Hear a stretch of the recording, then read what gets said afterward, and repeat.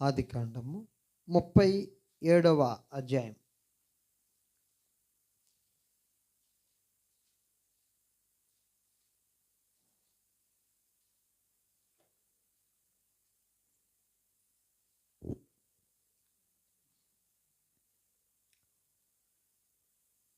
మొదటి నుంచి మనం కొన్ని వచనాలు. యాకోబు తన తండ్రి పరదేశవాసిగా ఉండిన కనాను దేశములో నివసించెను. యాకోబు వంశావళి ఇది. యోసేపు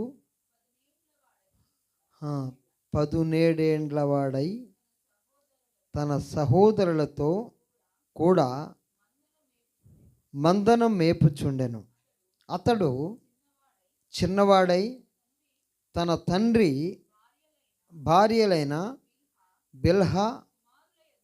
బిల్హా కుమారుల యొద్ద, జిల్ఫా కుమారుల యొద్దను ఉండెను. అప్పుడు యోసేపు వారి చెడుతనమును గూర్చి సమాచారము తన తండ్రి యొద్దకు తెచ్చుచుండువాడు.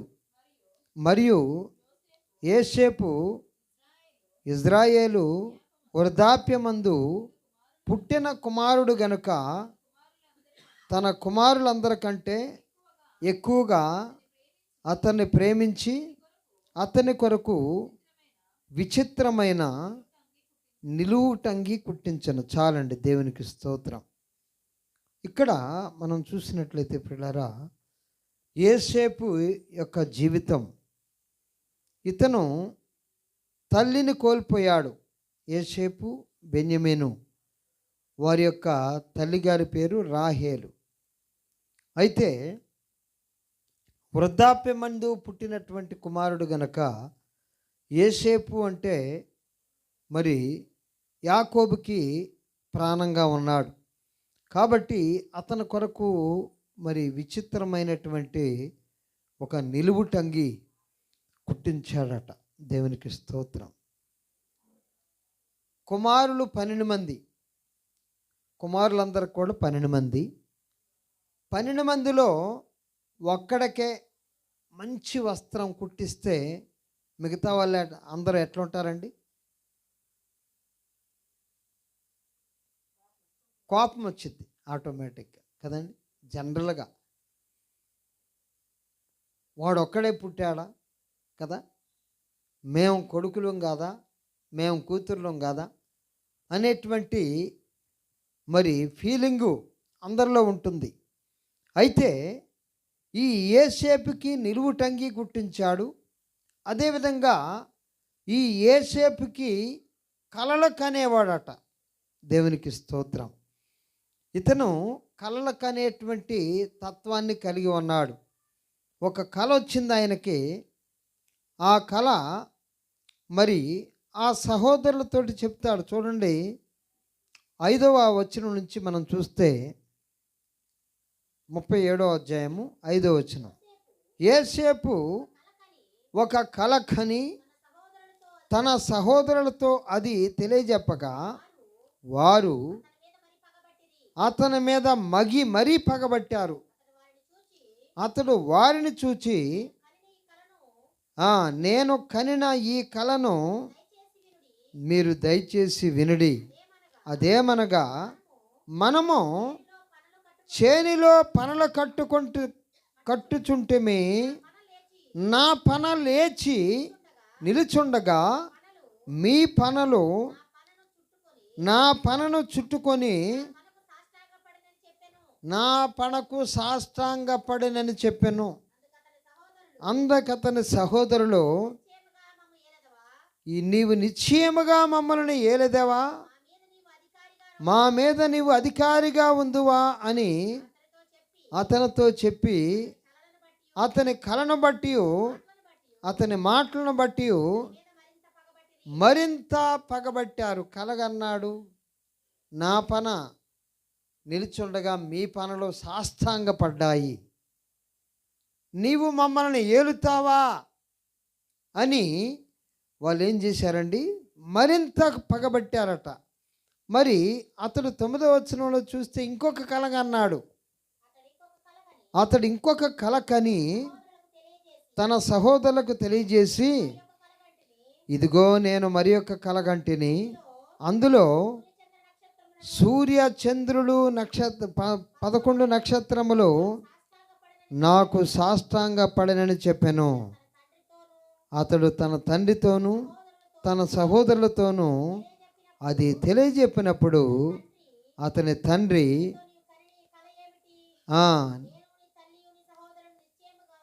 నేను నీ సహోదరులు నీ తల్లి వచ్చి నిశ్చయముగా వచ్చి నీకు సాష్టాంగ పడదమా అతని గద్దించను.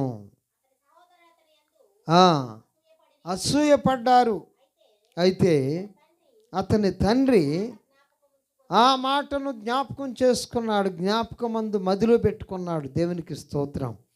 ఇతనికి కలలు వస్తున్నాయి, కలలు కనేవాడుగా ఉన్నాడు. ఈ కలలు కన్నాడు. సహోదరులకి బాగా కోపం వచ్చింది, అసూయపడ్డారు, కోపం పెట్టుకున్నారు.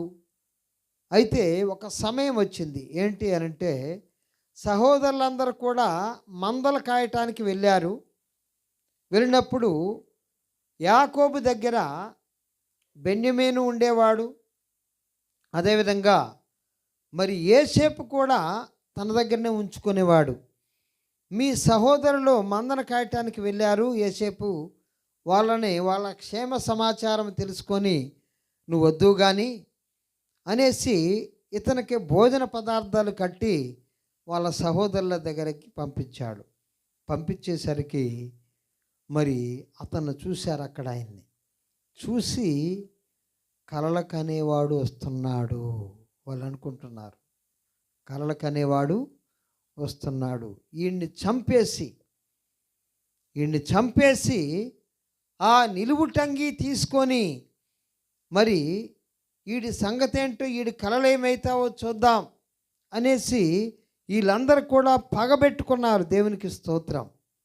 పగబెట్టుకొని అతను వాళ్ళ దగ్గరికి రాగానే రూబేనుకు ఒక ఆలోచన వచ్చింది. వీళ్ళందరూ కూడా ఇట్లా మాట్లాడుకుంటున్నారు, వాడిని ఎట్లయినా తప్పించాలి, చంపకుండా చేయాలని తప్పించడానికి ప్రయత్నం చేస్తాడు.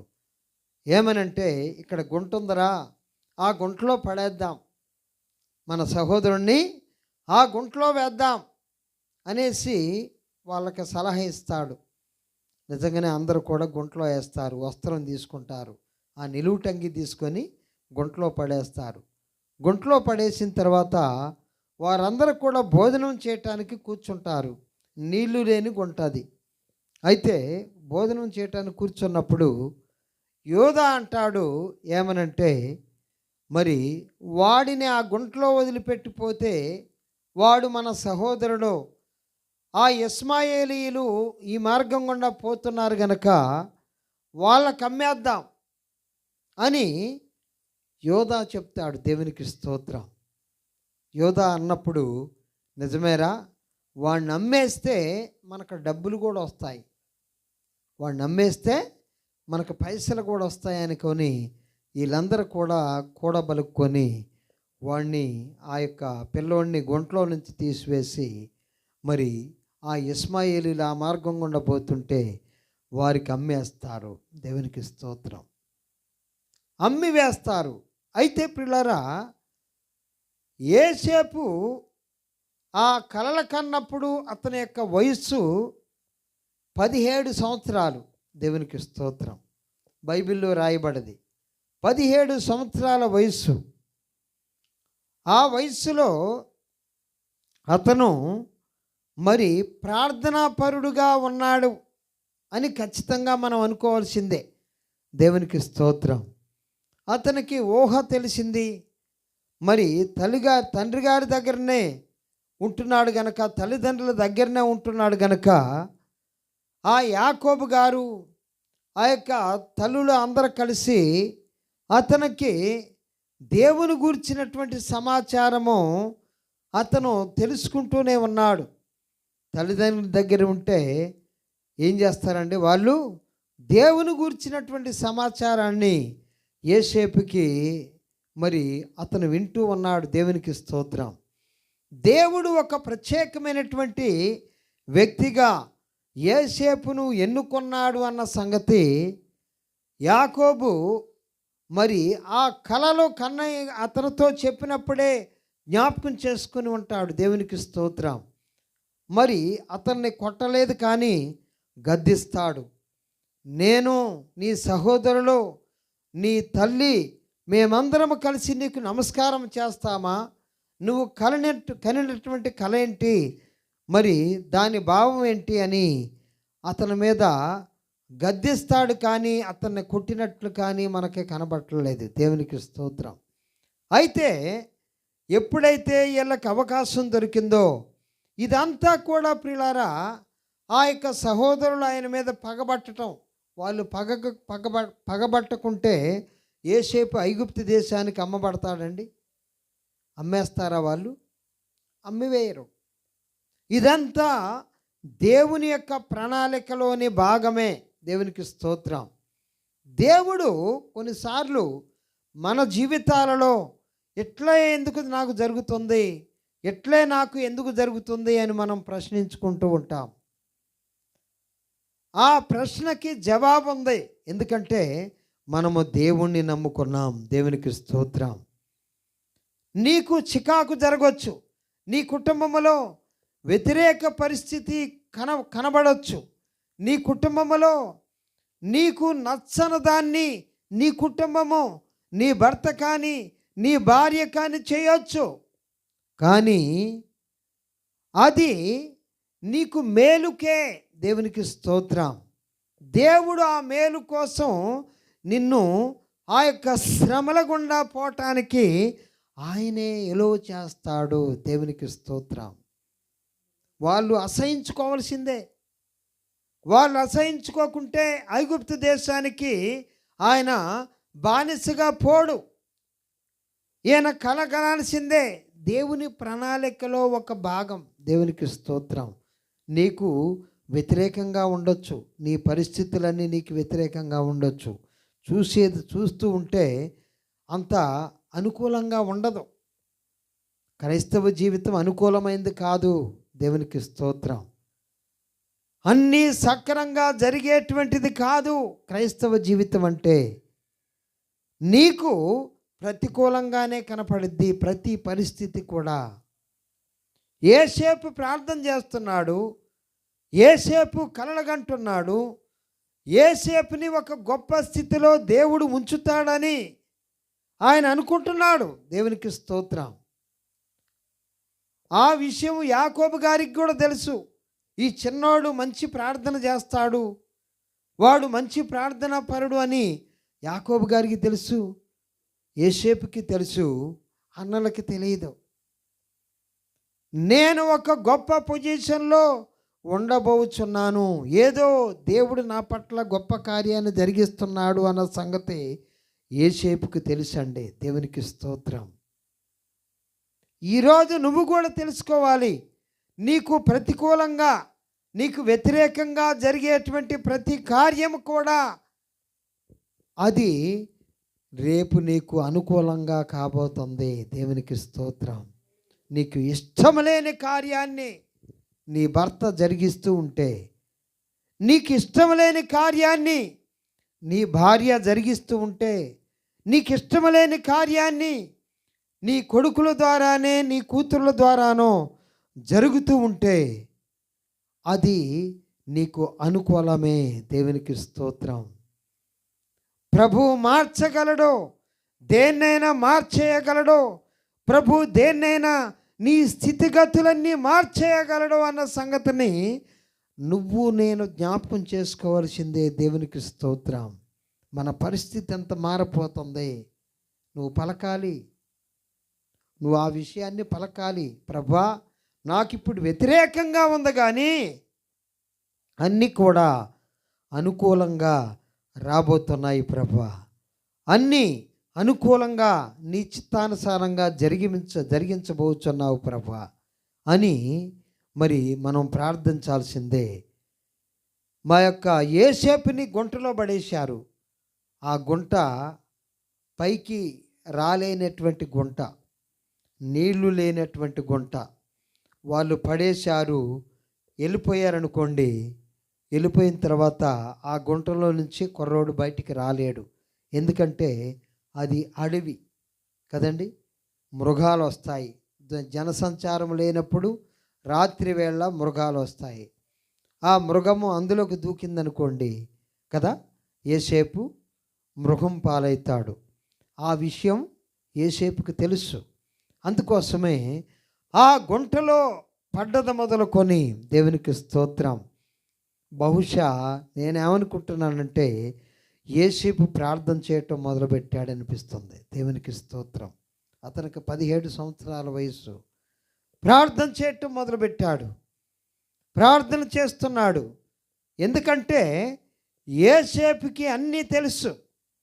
కలలు కనేటువంటి తత్వాన్ని కలిగి ఉన్నాడు.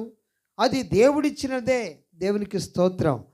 దర్శనం యొక్క అర్థం చెప్పేటువంటి ఆ యొక్క భావం చెప్పేటువంటి తత్వాన్ని కలిగి ఉన్నాడు. అది దేవుడు వరంగా ఇచ్చాడు ఆయనకి కదండి. మనము కలలకు అర్థం చెప్పటం, కలల కంఠం అంటే మనము మొట్టమొదట యోసేపును చూస్తాము. తర్వాత దానియేలు, ఆయన కూడా కలలకి భావాన్ని చెప్పేటువంటి తత్వాన్ని దేవుడు, ఆ యొక్క వరాన్ని దేవుడిచ్చి ఉన్నాడు. దేవునికి స్తోత్రం. ఈ యోసేపు గుంటలో ఉండి ప్రార్థన చేస్తున్నాడు. గుంటలో ఉండి ప్రార్థన చేస్తున్నాడు. ప్రభా, ఏంటి నా స్థితి ఇది కాదు. దేవునికి స్తోత్రం. నా స్థితి గుంటలో ఉండటం కాదు కదా. నా 11 మంది సహోదరులు నాకు సాష్టాంగ పడుతున్నట్లుగా చూపించావు. నా తల్లిదండ్రులు, నా సహోదరులు అందరూ కూడా నాకు సాష్టాంగ పడ్డట్టుగా నువ్వు దర్శనం చూపించావు ప్రభా. ఏంటి నేను ఈ గుంటలో ఉండి నశించిపోవాలా? ఈ గుంటలో ఉండటం నా స్థితి కాదు కదా. ఈ పరిస్థితి నాదు కాదు కదా. నీకు ప్రతికూలంగా ఉన్నటువంటి ప్రతికూలంగా ఉన్నటువంటి స్థితిలో నువ్వు ప్రార్థన చేయాల్సింది అదే. దేవునికి స్తోత్రం. యోసేపు ఆ విధంగానే ప్రార్థన చేశాడు. తనకి అనుకూలంగా లేని స్థితిని ఆయన ఊహించలేనటువంటి స్థితి. అది గుంటలో పట్టడం ఏంది? ఇది నా పొజిషన్ కాదు కదా. నేను రాజును కావాలి కదా, నేను గొప్ప స్థితిలో ఉండాలి కదా. నా స్థితి ఇదేంటి? ఇంత దరిద్రంలో ఉన్నానేంటి? నా సహోదరులు నా మీద పగబట్టారేంటి? వాళ్ళు నాకు సాష్టాంగ పడాలి కదా ప్రభా. ఇదంటే ఏంటయ్యా? నా పొజిషన్ మార్చేటువంటి దేవుడువు కదా. నేను గుంటలో ఉండి వాళ్ళు ఇక్కడి నుంచి వెళ్ళిపోతే ఈ క్రూర మృగములే నన్ను ఆవరిస్తాయి కదా. ఇలాంటి స్థితి నాది కాదు. సాతాను యొక్క బంధకములను తెంచేయి ప్రభువా. సాతాను యొక్క వాడి యొక్క బలమును బలహీనం చేయి ప్రభువా. ఈరోజు నువ్వు అడగాల్సింది అదే. నీ స్థితి ఎలాంటి అనుకూలంగా లేనప్పటికీ, ప్రతికూలంగా ఉన్నప్పటికీ, ఇది అసాధ్యము అనుకున్నటువంటి స్థితి నీకుందేమో. ఆ అసాధ్యాన్ని సుసాధ్యము చేయగలిగినటువంటి వాడు యోసేపుని మరి లేపాడు దేవుడు. దేవునికి స్తోత్రం. ఆ సహోదరుల్లో యోధా మాట్లాడుతున్నాడు. ఏమనంటే, అరే మనం భోజనం చేస్తున్నాం కదా, సహోదరుణ్ణి అందులో ఎందుకు, ఆ ఇస్మాయిలీలకి అమ్మేద్దాం. అతనిలో ఆ జ్ఞాన బుద్ధిని కలిగించాడు దేవుడు. వెంటనే యోధా చెప్పిన మాట ప్రకారం వాళ్ళకు కూడా ఒక అనుకూలమైన స్థితి వచ్చింది. ఏంటి అనంటే, డబ్బులు వస్తాయి కదా, వెండి ధాన్యాలు వస్తాయి కదా, వాటితో మనం ఏదైనా కొనుక్కొని తినొచ్చు కదా. ఒక ఉపాయం. ఎలాంటి ఉపాయం అండి అది? చూడండి, అనుకూలమైనటువంటి ఉపాయం. యోసేపుని రక్షించాలి. దేవుని యొక్క ప్రణాళిక. యోధాతో దేవుడు మాట్లాడాడు అనిపిస్తుంది. దేవునికి స్తోత్రం. యోధాతో మాట్లాడిపించి ఆ గుంటలో నుంచి బయటికి తీసి ఇస్మాయిలీలకు అమ్మేశారు. పేడ వేరగడైపోయిందిరా బాబు అనుకున్నారు. ఈ ఇస్మాయిలీలపై ఎవరికి అమ్మేశారండి? అన్ని ఎవరికి అమ్మేశారు? అక్కడ ఐగుప్తు దేశంలో ఆయన్ని బానిసల గుంపులో చేర్చారు. దేవునికి స్తోత్రం. బానిసలను అంటే పిల్లరా కొనుక్కుంటారు.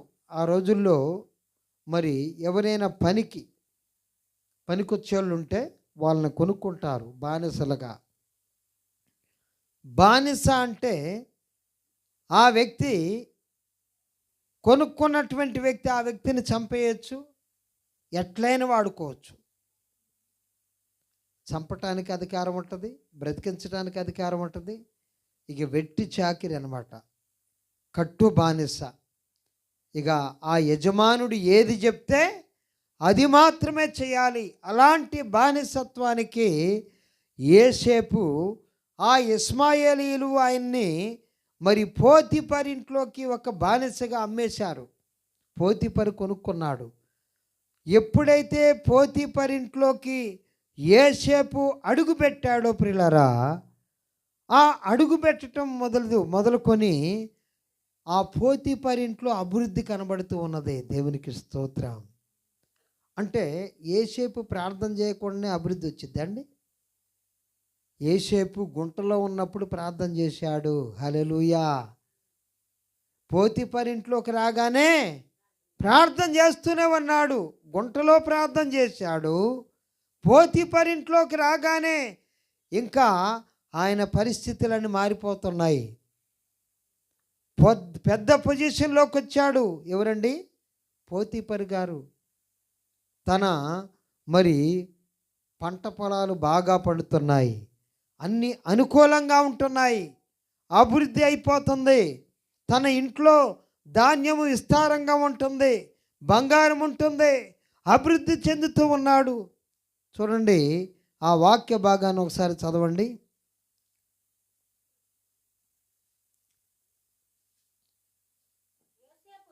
ఎన్నో వచ్చినామా? 39.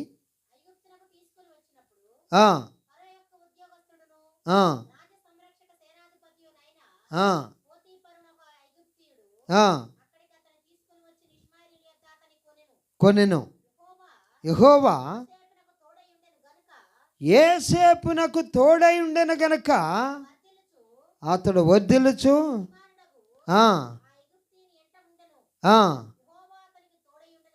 యెహోవా అతనికి తోడై ఉండెననియు అతడు చేసినదంతయు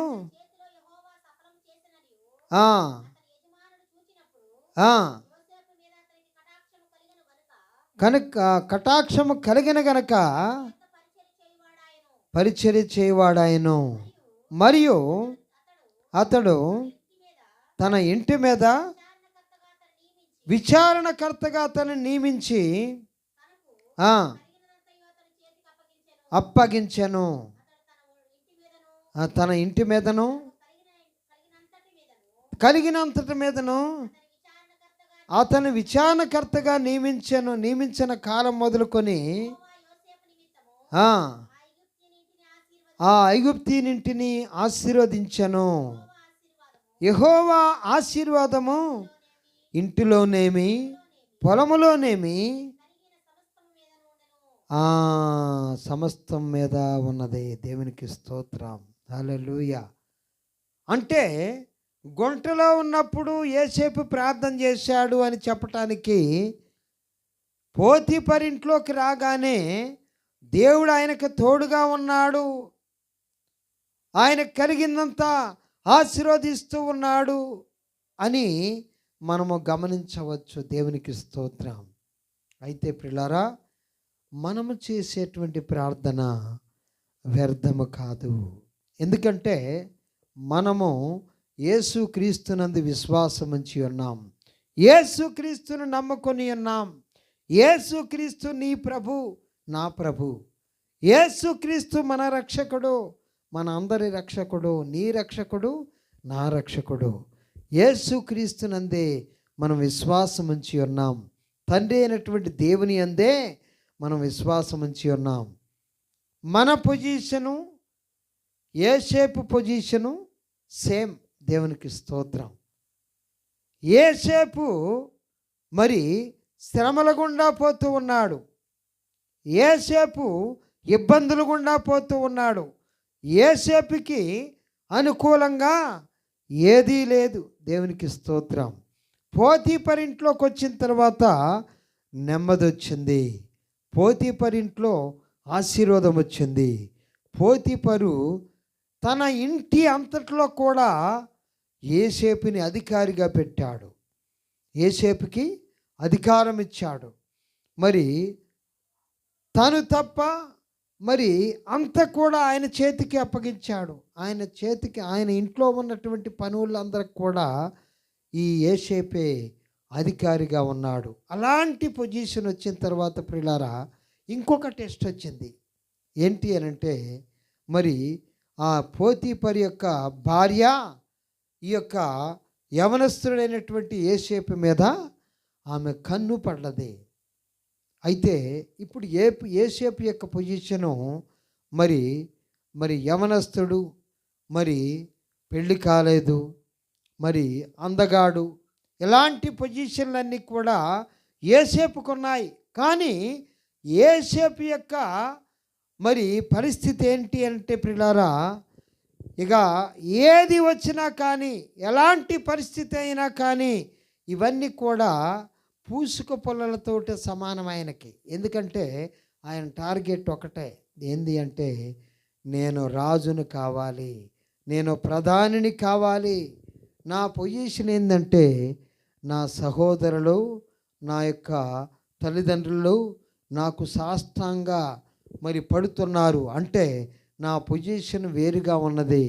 ఆ పొజిషన్ దేవుడు ఆయనకు చూపించాడు కనుక ఈయన టార్గెట్ ఏంటంటే నా శరీరానికి పాపం అంటకూడదు, నేను పరిశుద్ధంగా ఉండాలి, నేను పరిశుభ్రమైన జీవితాన్ని జీవించాలి.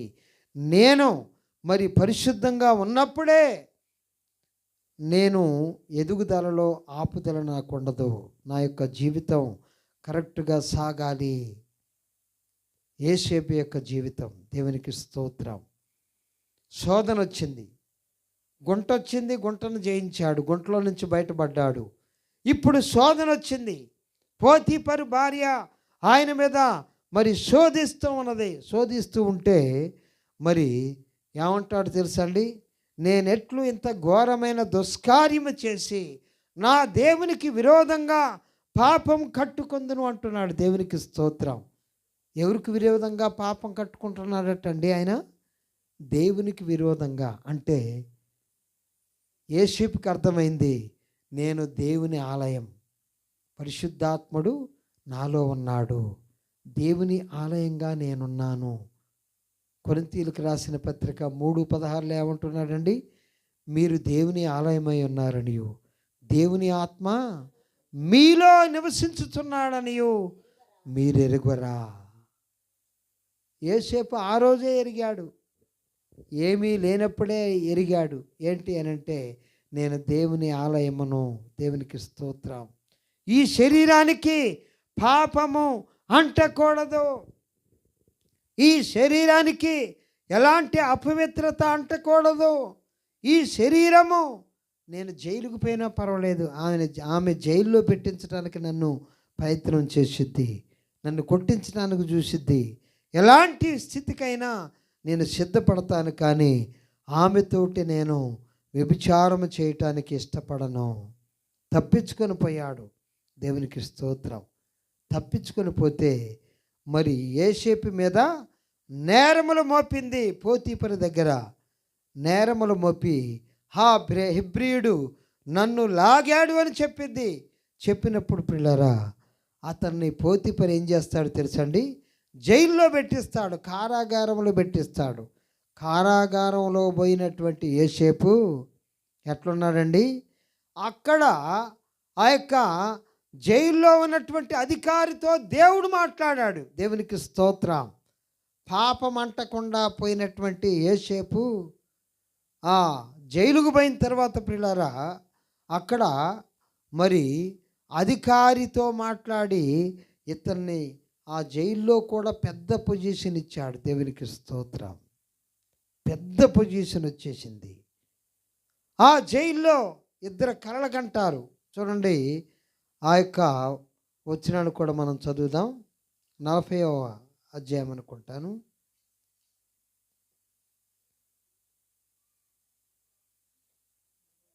నలభై అధ్యాయం మొదటి నుంచి. అటు పిమ్మట ఐగుప్తు రాజు యొక్క పానదాయకుడు భక్ష్యకారుడును తమ ప్రభు అయిన ఐగుప్తు రాజు ఎదుట తప్పు చేసిరి కనుక ఫరో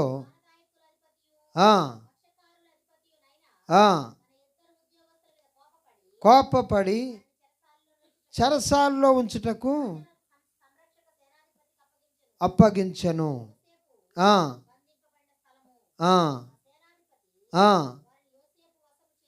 యోసేపు వశము చేయగా ఉపచారం చేసెను. కొన్ని దినముల కావలిలో ఉండిన తర్వాత వారిద్దరూ అనగా చెరసాలలో బంధింపబడిన ఐగుప్తు రాజు యొక్క పానదాయకుడును భక్ష్యకారుడును ఒకటే రాత్రి యందు కలల కనిరి.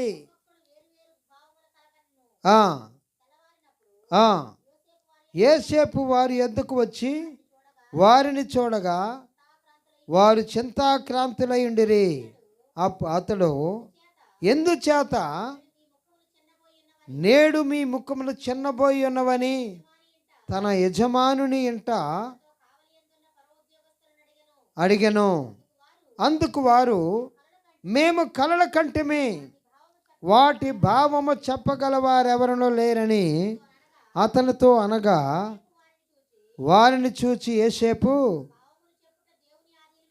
భావములు చెప్పుట దేవుని ఆధీనమే కదా, మీరు దయచేసి ఆ కలలో నాకు వివరించి చెప్పుడనెను.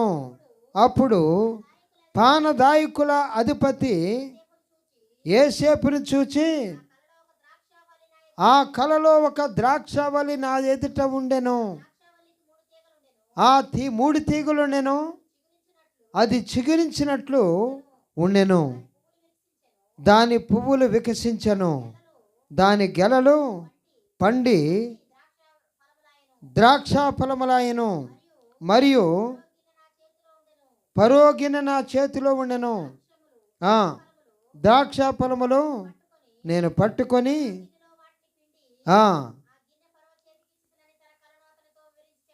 చెప్పాను. దేవునికి స్తోత్రము. ఇట్లా వారిద్దరు కూడా కళ్ళగంటారు. ఇంకొక అతనికి మరి పిండి వంటలు కలిగినటువంటి గంపలు పెట్టుకుంటాడు, పరో గిన్నె మరలా అందిస్తాడు ఒక అతను.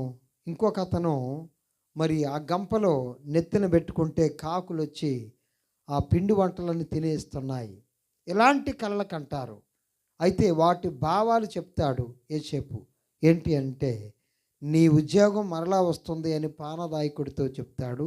నీవు పరోకి గిన్నె అందిస్తావు. ఈ యొక్క భక్ష్యకారుడు అంటే భోజనాలు పెట్టేటువంటి వ్యక్తితోటి మరి 3 దినములలోగా నీవు ఉరి తీయబడతావు అని చెప్తాడు. ఇది జరిగింది. దేవునికి స్తోత్రం. వీళ్ళు మరి ఈ పానదాయకుడు అతని ఉద్యోగం వచ్చేసింది. ఈ యొక్క భక్ష్యకారుని యొక్క మరి ఇతన్ని ఉరిదేస్తారు. ఇదంతా అయిపోయింది. అయిపోయిన తర్వాత పిల్లారా మరి ఏం జరిగిద్ది అంటే, ఫరో కలగంటాడు. ఫరో కలగంటే ఆ కలకి అర్థం చెప్పమని ఆ ఐగుప్తు దేశంలో ఉన్నటువంటి శకునగాండ్రని, గారడీ విద్య గలవారిని, మాంత్రికులను అందరిని కూడా పిలిపిస్తాడు. పిలిపించినప్పుడు ఎవరు కలభావం చెప్పలేరు. చెప్పలేకపోతే అక్కడ రాజుగారి దగ్గర ఉన్నటువంటి పానదాయకుడు గుర్తుపెట్టుకుంటాడు. అరే, మా కలల భావం చెప్పినవాడు ఆ జైల్లో ఉన్నాడు కదా యోసేపు అనేసి రాజుగారికి చెప్తాడనమాట. ఒకడున్నాడు కలల భావం చెప్తాడు అని అంటే, అప్పుడు వెంటనే ఆ యొక్క యోసేపుకి స్నానం చేపించి పరువు దగ్గరికి తీసుకొచ్చినప్పుడు కలభావం చెప్పగానే దేవునికి స్తోత్రం, ఇతను మరి దేవుని ఆత్మ కలిగిన వాడు, ఇతని వంటి దేవుని ఆత్మ కలిగిన వాడు ఈ ప్రపంచంలో ఎవరూ లేని అని చెప్పి మరి ఐగుప్తు రాజు ఏం చేస్తాడండి, ఆయన్ని ప్రధానమంత్రిగా పెడతాడు. దేవునికి స్తోత్రం కలుగునుగాక. హల్లెలూయా. దేవుడు మెచ్చుకోవాలి, మన ప్రార్థనని దేవుడు మెచ్చుకోవాలి. అయితే పిల్లరా, ఈ స్టోరీ అంతా మనకందరికీ తెలుసు. మనం చాలాసార్లు చెప్పుకున్నాం. అయితే మరి దేవుడు యోసేపుకి కలిగినటువంటి ఇద్దరు కుమారుల్ని యాకోబు ద్వారా దీవించేటట్టుగా చేస్తాడు. చూడండి, మరి 48వ అధ్యాయంలో ఆ యొక్క యోసేపు తన కుమారుల్ని తీసుకొని యాకోబు దగ్గరికి వస్తాడు. యాకోబు దగ్గరికి వచ్చినప్పుడు ఆ ఇద్దరు కుమారుల్ని కూడా మరి యాకోబు దీవిస్తూ ఉంటాడు. చూడండి, 48వ అధ్యాయము 5వ వచనం నుంచి చదవమ్మా. ఇదిగో నేను ఐగుప్తునకు నీ వద్దకు రాకమునుపు ఐగుప్తు దేశములో నీకు పుట్టిన ఈ ఇద్దరు కుమారులు నా బిడ్డలే. రూబేను సిమియోను వలె ఎఫ్రాయిము మనస్సే నా బిడ్డలయందురు. వారి తర్వాత నీవు కనిన సంతానము నీదే. స్వాస్థ్యమును బట్టి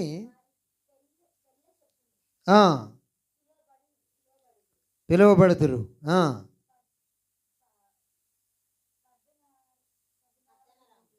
పద్దనరాము నుండి నేను వచ్చుచున్నప్పుడు ఎఫ్రాతాకు ఇంకా కొంత దూరమున ఉండగా మార్గమున రాహేలు కనాను దేశములో నా ఎదుట మృతి పొందెను. అక్కడ బెత్లెహేమను ఎఫ్రాతా మార్గమున నేను ఆమెను పాతిపెట్టి తిని యోసేపుతో చెప్పెను. యోసేపు కుమారులను చూచి వీరెవరని అడగగా యోసేపు, వీరు నా కుమారులు, వీరిని ఈ దేశమందు దేవుడు నాకు అనుగ్రహించినని తన తండ్రితో చెప్పెను. అందుకు అతడు, వారిని దీవించుటకు నా దగ్గరకు వారిని తీసుకొని రమ్మనెను. ఇజ్రాయేలు కన్నులు వృద్ధాప్యము వలన మందముగా ఉండెను గనుక అతడు చూడలేకపోయెను. యోసేపు వారిని అతని దగ్గరకు తీసుకొని వచ్చినప్పుడు అతడు వారిని ముద్దు పెట్టుకొని కౌగిలించుకొనెను.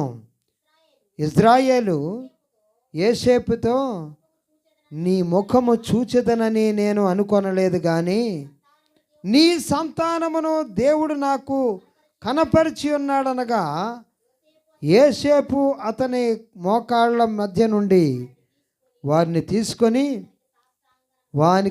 అతనికి సాష్టాంగ నమస్కారం చేశాను. యోసేపు ఇశ్రాయేలు ఎడమ చేతి తట్టున తన కుడి చేత ఎఫ్రాయిమును, ఇజ్రాయేలు కుడి చేతి తట్టున తన ఎడమ చేత మనస్సేను పట్టుకొని వారిద్దరిని అతని దగ్గరికి తీసుకొని వచ్చాను. మనస్సే చదవండి. పెద్దవాడైనందున ఇజ్రాయేలు తన చేతులను యుక్తిగా దాచి చిన్నవాడైన ఎఫ్రాయిము తల మీద తన కుడి చేతిని, మనస్సే తల మీద తన ఎడమ చేతిని ఉంచెను. అతడు యోసేపుని దీవించి, ఎవని ఎదుట నడుచుచుండిరో ఆ దేవుడు నేను పుట్టినది మొదలుకొని నేటి వరకును ఎవడు నన్ను పోషించెను, ఆ దేవుడు అనగా సమస్తమైన కీడులో నుండి నన్ను తప్పించిన దూత ఈ పిల్లలను ఆశీర్వదించునుగాక. నా పేరును అబ్రహాము, ఇస్సాకు నా పితరుల పేరును వారికి పెట్టబడునుగాక. దేవునికి స్తోత్రం. వారిని దీవించాడు. అయితే పిల్లరా, మరి ఎఫ్రాయిముని కుడి చేత దీవిస్తాడు చిన్నోడిని, మనస్సేని ఎడమ చేత. కుడి చేయికి ఎడమ చేయికి తేడా ఉంది. దేవునికి స్తోత్రం. యోసేపు ఏం చేస్తాడంటే పెద్దోడిని కుడి చేత దీవింపజేయాలని మరి పెట్టినప్పుడు మరి ఆ యొక్క యాకోబు ఏం చేస్తాడంటే ఎఫ్రాయిమే గొప్ప జనం అవుతాడు, ఈ మనస్సే కంటే ఎఫ్రాయిము గొప్పవాడవుతాడు అని ముందుగానే దీవిస్తాడు. దేవునికి స్తోత్రము కలుగును గాక. అయితే ప్రియులారా, ఈ యొక్క ఎఫ్రాయిము మనస్సేలు వీళ్ళిరువురికి కూడా ప్రియులారా 10 గోత్రాల ప్రజలందరూ కూడా వీళ్ళ పరిపాలనలోనే ఉంటారు. దేవునికి స్తోత్రం. ఎఫ్రాయిము మనస్సే. ఎఫ్రాయిము మెయిను. మోషేకు సహాయకుడుగా సేవకుడుగా ఉన్నటువంటి వ్యక్తి మీకు తెలుసా? మోషేకు సహాయకుడిగా ఒక వ్యక్తి ఉన్నాడు, అహరోను అన్న. ఇంకొక వ్యక్తి ఉంటాడు యెహోషువ. ఆయన ఎఫ్రాయిము గోత్రికుడు. దేవునికి స్తోత్రం. మోషేకు సహాయకుడుగా, తర్వాత మరి ద్వితీయోపదేశకాండం తర్వాత యుద్ధాలు చేసి అందరిని జయించి వాళ్ళకి కానాను దేశం అంతా పంచిపెట్టింది ఎవరంటే ఎఫ్రాయిము గోత్రికుడైనటువంటి యెహోషువ. దేవునికి స్తోత్రం. హల్లెలూయా. యేసేపు తన పరిశుద్ధతను కాపాడుకుంటే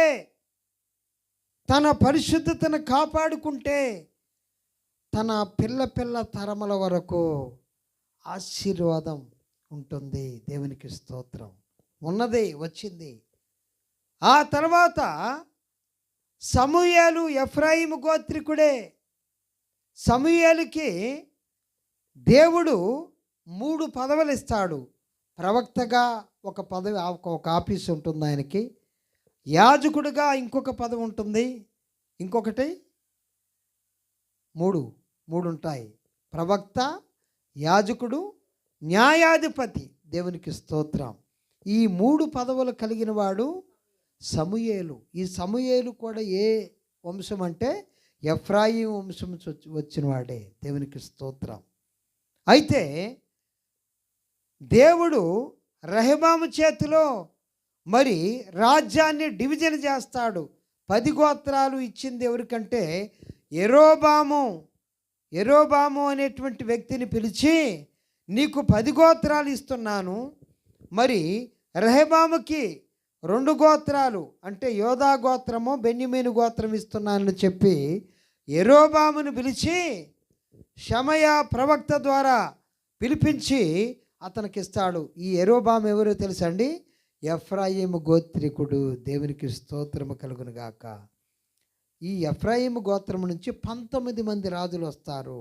ఈ 19 మంది కూడా ఎఫ్రాయిము గోత్రం, మరి మనస్సే గోత్రం, అక్కడక్కడ మరి ఇస్సాకారు గోత్రం అక్కడక్కడ వెళ్తారు. దాదాపుగా 19 మంది రాజుల్లో అందరూ కూడా ఎఫ్రాయిము మనస్సే గోత్రం నుంచి వచ్చిన వాళ్ళే. దేవునికి స్తోత్రం. గొప్ప ప్రవక్తలుగా పిలువబడినటువంటి ఏలియా, ఎలీషా కూడా మనస్సే గోత్రం నుంచి వచ్చిన వాళ్ళే. దేవునికి స్తోత్రం. అంటే యేసేపు తన పరిశుద్ధతను కాపాడుకుంటే అతనికి ఆశీర్వాదం ఎంతవరకు వచ్చిందండి? తరతరముల వరకు వచ్చింది. దేవునికి స్తోత్రము కలుగును గాక. హల్లెలూయా.